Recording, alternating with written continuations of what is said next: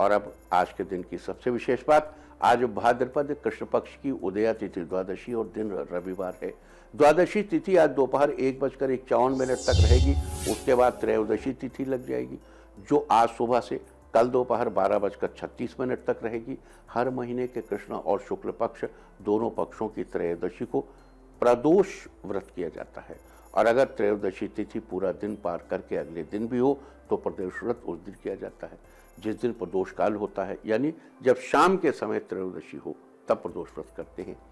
प्रदोष काल रात्रि के प्रथम प्रहर यानी सूर्यास्त के तुरंत बाद के समय को कहते हैं, लिहाजा प्रदोष व्रत आज ही किया जाएगा। आज प्रातः काल स्नान के बाद भगवान शिव की बेलपत्र, गंगाजल, अक्षत और धूप दीप से पूजा की जाती है। फिर संध्या के समय यानी प्रदोष काल के समय भी पुनः इसी प्रकार से भगवान शिव की पूजा करनी चाहिए। और अब बात करते हैं आज के दिन पड़ने वाले योग और नक्षत्र की। आज सुबह से कल सुबह 5:59 तक सिद्ध योग रहेगा। किसी भी प्रकार की सिद्धि प्राप्त करने के लिए ये योग बहुत उत्तम है। इस योग में शुरू किया गया कार्य सिद्ध यानी सफल होगा। साथ ही आज सुबह से अगली सुबह 6:44 तक पुनर्वसु नक्षत्र रहेगा। पुनर्वसु को 7वां नक्षत्र माना जाता है। इसका संबंध बांस के पेड़ से है, अतः जिन लोगों का जन्म पुनर्वसु नक्षत्र में हुआ हो उन लोगों को आज के दिन बांस के पेड़ को नमस्कार करना चाहिए। और आप बात करेंगे आज के दिन की विशेष चर्चा यानी सूर्य की सिंह संक्रांति। आज सूर्य की सिंह संक्रांति है। आज शाम, यहाँ सूर्य की संक्रांति के साथ ही एक बात और बता दूं आपको कि देखो आज मंगल जो है वो भी शाम को 6:28 पर वो मीन राशि से मेष राशि में जाएगा, और फिर ये वक्री होकर मीन में फिर आ जाएगा, फिर मार्गी होकर मेष में जाएगा। ये दिसंबर तक वक्री मार्गी होता रहेगा। और मंगल का ये मूवमेंट, चूंकि सारा पैंडेमिक, सारा कोरोना, सारा झंझट ये राहु की वजह से, और राहु अगर हाथी है तो मंगल महावत है। मिथुन राशि में राहु है जो 23 सितंबर को प्लेस चेंज करेगा, वृष में आएगा, और उसके ठीक बगल उसके अभी ये मेष में रहेगा, तो ये मिथुन से 3-11 का संबंध बनाए। ये बड़ा महत्वपूर्ण है मंगल का मूवमेंट आपके पैंडेमिक पे कंट्रोल करने के लिए। लेकिन आज हम सूर्य की सिंह संक्रांति की चर्चा करेंगे, क्योंकि सूर्य तो 1 महीने का मूवमेंट है ना, आज कर लेते हैं। एक आध दिन में मौका मिलेगा तो मंगल की चर्चा भी आपसे करेंगे जरूर 2-3 दिन के अंदर। आज सूर्य की बात करते हैं। तो आज सूर्य की सिंह संक्रांति शाम को 7:12 पर सूर्यदेव सिंह राशि में प्रवेश करेंगे, और 16 सितंबर की शाम 7:08 तक यानी लगभग 1 महीने तक यही रहेंगे। आज इस समय सूर्यदेव मघा नक्षत्र में प्रवेश करेंगे, जहां वो 30 अगस्त दोपहर 3:07 तक यानी लगभग 15 दिन तक रहेंगे। भारतीय ज्योतिष के अनुसार सूर्य पुरुष ग्रह है, इनकी दिशा पूर्व है, ये सिंह राशि के स्वामी हैं। सौर मंडल में सूर्य सबसे बड़े ग्रह हैं, बाकी हमारे सौर मंडल के मालिक हैं। बाकी सब ग्रह सूर्य के चारों ओर चक्कर लगाते हैं। जनपत्रिका में पिता के संबंध में सूर्य के द्वारा ही विचार किया जाता है। सूर्य आपके स्वभाव, आरोग्यता, राज्य और देवालय का सूचक है। सूर्य की संक्रांति के पुण्य काल में पवित्र नदियों में स्नान और दान का महत्व है।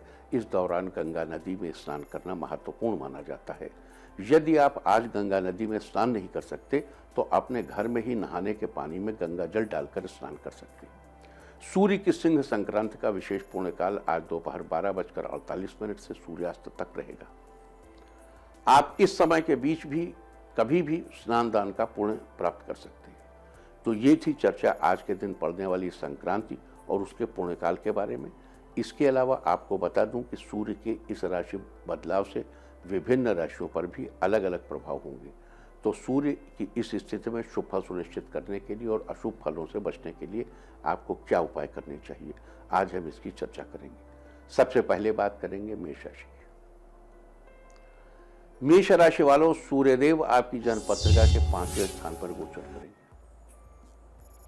5वें स्थान का संबंध संतान से है, रोमांस से है, विद्या से है, गुरु से है, विवेक से है, डिसीजन मेकिंग से है। सूर्य के इस गोचर से आपको इन सब चीजों का सामान्य से बेहतर लाभ मिलता रहेगा। संतान से शुभ समाचार मिलेंगे, रोमांस और विद्या के क्षेत्र में पास होंगे, और अगर आपको अपने और गुरु का साथ चाहिए तो गुरु की कृपा चाहिए तो वो भी मिलती रहेगी, और आपका विवेक भी बना रहेगा। 16 सितंबर तक सूर्य की इस बेहतर स्थिति का फायदा उठाने के लिए आपको पक्षियों को दाना डालना चाहिए। इससे आपको सूर्य के बेहतर फल प्राप्त होंगे। वृष राशि वालों, सूर्यदेव आपकी जन्मपत्रिका के चौथे स्थान पर गोचर करेंगे। चौथे स्थान का संबंध सूर्य, माता, भूमि, भवन और वाहन से है। वृष राशि वालों, सूर्य के इस गोचर से आपको अपने कार्यों में माता से पूरा सहयोग मिलेगा। आपको 16 सितंबर तक भूमि, भवन और वाहन का लाभ मिल सकता है। सूर्य के शुभ प्रभावों को सुनिश्चित करने के लिए किसी जरूरतमंद को भोजन करें। देखिए वृष राशि वालों, एक बात समझ लीजिए, आपकी जन्मपत्रिका में सूर्यदेव अकारक हैं, 3rd हाउस के लॉर्ड होते हैं। वृष, मिथुन, कर्क, सिंह 4th हाउस के लॉर्ड है, कारक है। वृष, मिथुन, कर्क और सिंह चौथे घर के मालिक है। चौथे घर में ही यानी अपनी ही राशि में गोचर करेंगे। और ये सीधा सिद्धांत है, स्थान वृद्धि करो सूर्य। तो अगर आप कभी भी गाड़ी लेने का विचार बनाएं तो या भूमि भवन लेने का विचार बनाएं तो ये महीना हमेशा आपके लिए फेवरेबल रहेगा। इसको आप फॉर एवर के लिए नोट कर लीजिए, क्योंकि सूर्य का ये मूवमेंट तो रेगुलर मूवमेंट है ना, हर साल सूर्य आता है। थोड़ा सोलर एक्सपेंशन की उसको छोड़ करके, जो हर 80-80 साल में थोड़ा सा परिवर्तन कुछ अंशों में होता है, उसको छोड़ दिए, वो नेग्लिजिबल है।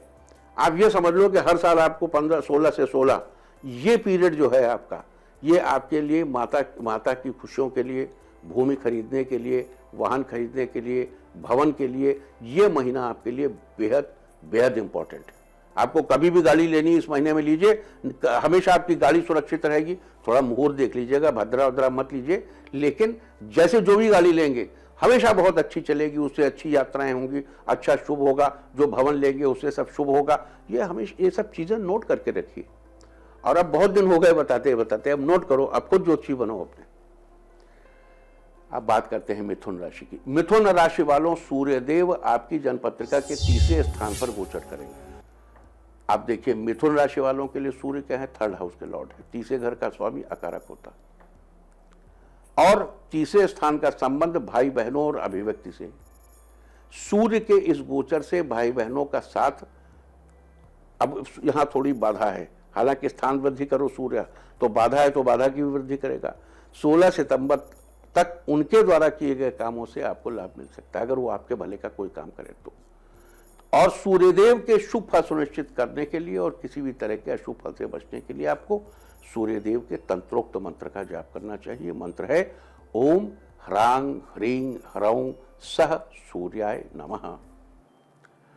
कर्क राशि वालों, सूर्यदेव आपकी जन्मपत्रिका के 2रे स्थान पर गोचर करेंगे, 2nd हाउस। और कर्क राशि वालों के लिए सूर्य प्रबल मार्गेश और 2रे स्थान का संबंध धन से भी है। तो सूर्यदेव के इस गोचर से 16 सितंबर तक आपको धन संबंधी कार्यों में सावधानी बरतनी चाहिए, क्योंकि मार्केश अपनी ही राशि में गोचर करेगा। और तो विषय धन जो देखो किस्मत वाला है उसके माल पे आफत आती है और बदकिस्मत की जान पर आफत आती है। तो ईश्वर आपको अच्छी किस्मत दे, आपके और प्लैनेटरी पोजीशन अच्छी है तो आप अपने धन संबंधी मामलों में सावधानी बरतिए। इस बीच आर्थिक तंगी नजर आएगी। आपको इस अशुभ स्थिति से बचने के लिए और शुभ फल सुनिश्चित करने के लिए और कुटुंब में किसी प्रकार के विग्रह से बचने के लिए और उससे हानि से बचने के लिए मंदिर में नारियल का दान करना अच्छा रहेगा। सिंह राशि वालों, सूर्यदेव आपकी जन्मपत्रिका के पहले स्थान यानी लग्न स्थान पर गोचर पहले स्थान का संबंध है, ये पहला स्थान है, लग्न स्थान पर गोचर करेंगे। इससे आपका यश बढ़ेगा, आपका सम्मान बढ़ेगा, आपके प्रेम संबंधों में वृद्धि होगी, आपके चित्त में अनुराग बढ़ेगा, आपका एनर्जी लेवल बढ़ेगा और चीजें, शरीर आपका मजबूत बढ़िया फर्स्ट क्लास रहेगा। सूर्य के इस गोचर के प्रभाव से आपको प्रेम संबंधों को मजबूत करने और समाज में अपना मान सम्मान बनाए रखने के लिए कोशिशें करनी चाहिए, कोशिशें सार्थक होंगी। इस दौरान संतान को न्यायालय से लाभ पाने में थोड़ी देर हो सकती है, तो सूर्यदेव की अशुभ स्थिति से बचने के लिए और शुभ फल सुनिश्चित करने के लिए 16 सितंबर तक रोज सुबह स्नान करके सूर्यदेव को जल चढ़ाइए, आपको बहुत फायदा होगा। कन्या राशि वालों, सूर्यदेव आपके 12th हाउस के लॉर्ड हैं, यानी 12वें घर के यानी खर्चे के मालिक है और शैया सुख के भी मालिक है। स्थान वृद्धि करो सूर्य, खर्चा बढ़ेगा लेकिन शैया सुख भी बढ़ेगा, नींद बेहतर होगी। तो कन्या राशि वालों सूर्य, अब देखिए आपके पंचमेश शनि है सूर्यदेव वालों के, तो और शनि अभी पंचम स्थान पर ही वक्री हैं, तो ये एक इंपॉर्टेंट फैक्टर है। आपकी नींद शनि डिस्टर्ब न करे, इसलिए शनि संबंधी रत्न पहने, सातमुखी रुद्राक्ष पहने, शनि संबंधी चीजों का ध्यान रखें। तो ये आपकी जन्मपत्रिका के 12वें स्थान पर सूर्यदेव का जो गोचर है, ये शैया सुख और आपके खर्चों से इसका सीधा कोरिलेशन है। सूर्य के इस गोचर से आपको शैया का सुख मिलेगा, साथ ही 16 सितंबर तक आप अपने पैसों का बेहतर इस्तेमाल कर पाएंगे। तो सूर्यदेव की इस शुभ स्थिति का लाभ उठाने के लिए अगले 30 दिनों के दौरान सुबह के समय अपने घर के खिड़की दरवाजों को खोलकर रखें। इससे सूर्यदेव की कृपा आपके घर परिवार पर बनी रहेगी। तुला राशि वालों, सूर्यदेव आपकी जन्मपत्रिका के 11वें स्थान के स्वामी त्रिशदायशाह अकारकाः, 3, 6, 11 के स्वामी अकारक और वहीं पर गोचर करेंगे। 11वें स्थान का संबंध आपकी इनकम और कामना पूर्ति से है। सूर्य के इस गोचर से इनकम में बढ़ोतरी और इच्छाओं की पूर्ति के लिए अगले 30 दिनों तक मेहनत जारी रखनी होगी, क्योंकि तुला राशि में सूर्य नीच का होता है, ये ध्यान रखिएगा। तो सूर्य की इस स्थिति में सुधार के लिए और अशुभ फलों से बचने के लिए रात को सोते समय अपने सिरहाने पर बादाम रखकर सोएं और अगले दिन उन्हें किसी मंदिर या धर्म स्थल पर दान कर दें, आपको कोई नुकसान नहीं होगा। वृश्चिक राशि वालों, सूर्यदेव आपकी जन्मपत्रिका के 10वें स्थान पर गोचर करेंगे। 10वें स्थान का संबंध आपके करियर और आपके पिता की तरक्की से है। सूर्य के इस गोचर से आपके करियर में तरक्की होगी, साथ ही आपके पिता को भी सफलता मिलती रहेगी।